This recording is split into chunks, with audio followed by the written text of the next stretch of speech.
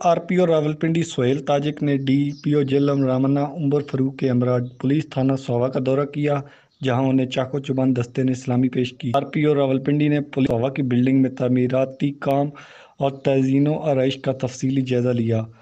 RPO Rawalpindi ने police थाना सोवा के मुलाजमीन को बेहतरीन कारकर्दगी पर नकद इनामात और सर्टिफिकेट भी दिए और डीएसपी सोवा के हमरा पुलिस थाना डमेली का भी दौरा किया। बिल्डिंग की तमीर और मरम्मत के साथ साथ इलाके में जराइम की रोकथाम के लिए तमाम ज़रूरी वसाइल फराहम करने की यकीन दहानी करवाई। आरपीओ रावलपिंडी ने मीडिया से गुफ्तगू करते हुए कहा कि अवाम की जानो माल का तहफ़्फ़ुज़ पुलिस की अवलीन तरजीह है। उन्होंने पुलिस थाना सोवा से मलाइका क्वार्टर में डीएसपी और एसएचओ की रहाइश बनाने की यकीन दहानी कराई।